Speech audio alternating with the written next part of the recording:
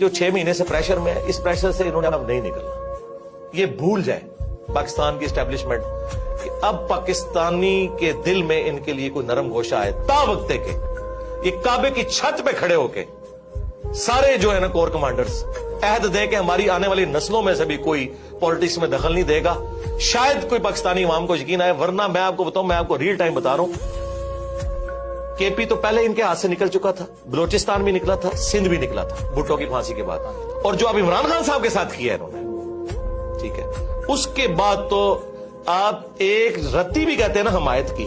پنجاب میں، کے پی میں جناب لوگ ہوٹلوں پہ بیٹھ کے گالیاں نکال رہے ہیں، سرعام نام لیتے ہیں، ٹھیک ہے، وی لاگس بنا رہے ہیں. اور یہ بھی بھول جائیں کہ آئی ایس پی آر کی کوئی مہم کامیاب ہوگی، but D G I S P R جو ہے وہ آ کے پریس کانفرنس کرتا ہے، 55,000 کامنٹس ہوئے ہیں نیچے، شو صرف 55 کیے ہیں انہوں نے، سارے ان کے خلاف ہیں. یہ حالت ہے ان کی. تو یہ جو کہتے ہیں نا عمران خان